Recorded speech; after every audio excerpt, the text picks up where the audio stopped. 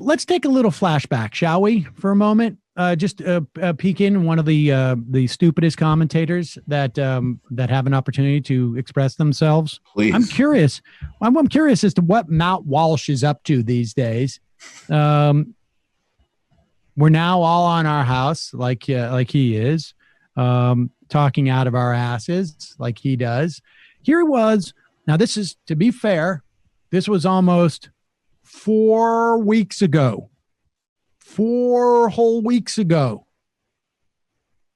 when he was saying something really stupid that now in retrospect looks just as stupid.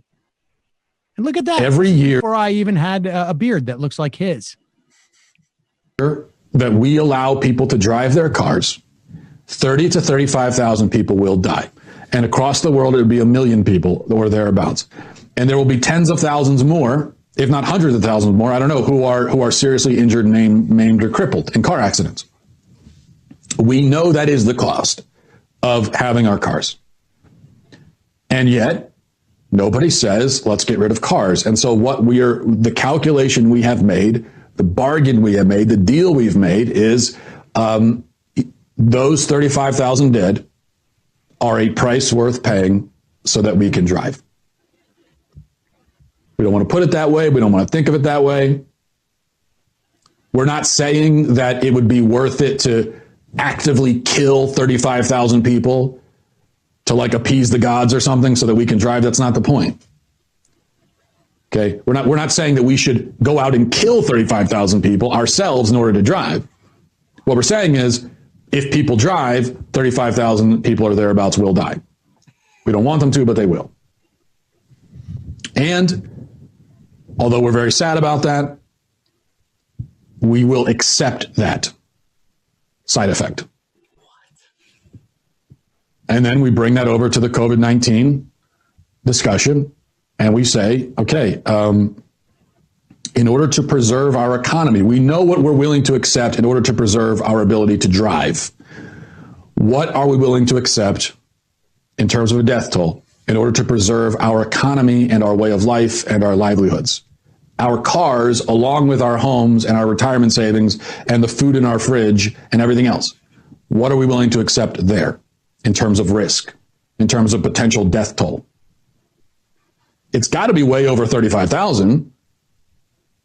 So what is it? I don't know. I'm just saying that's the point. That's the ethical question that we're dealing with.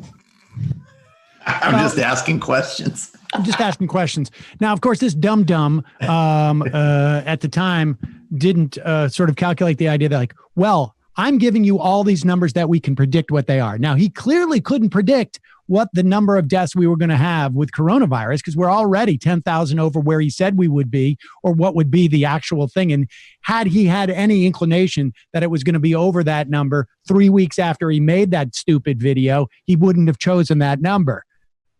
But what he also doesn't realize, I mean, and that's a number, let's say, remind people, after we had done in New York and in major cities around the country already had been shut in for a week or two at that point.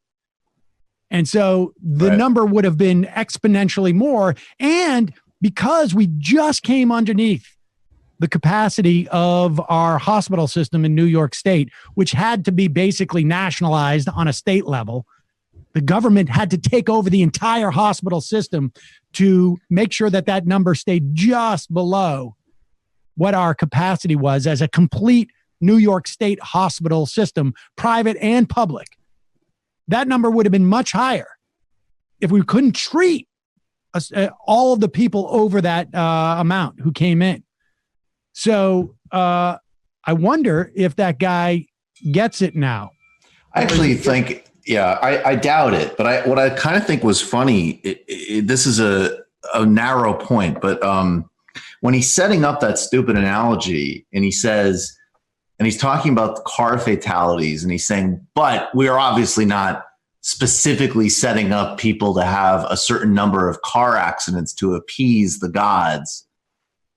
It's funny because it's like, no, that actually is the one-to-one with what you're talking about. Right? Like, in other words, if we keep going during Corona and we don't give people a social safety net so they can social distance, That's actually exactly what you're doing. And that's what the lieutenant governor of Texas himself said directly. You should sacrifice your life to keep going, to keep the economy going. So it's funny that like even in the setup, he couldn't create a one-to-one because, yeah, you would be sacrificing people's lives directly to keep the economy going. I also realized in my head, I do not distinguish between him and the other guy. So I was surprised when I first, I thought they were the same person, honestly. Oh my God. He grew a beard very quickly.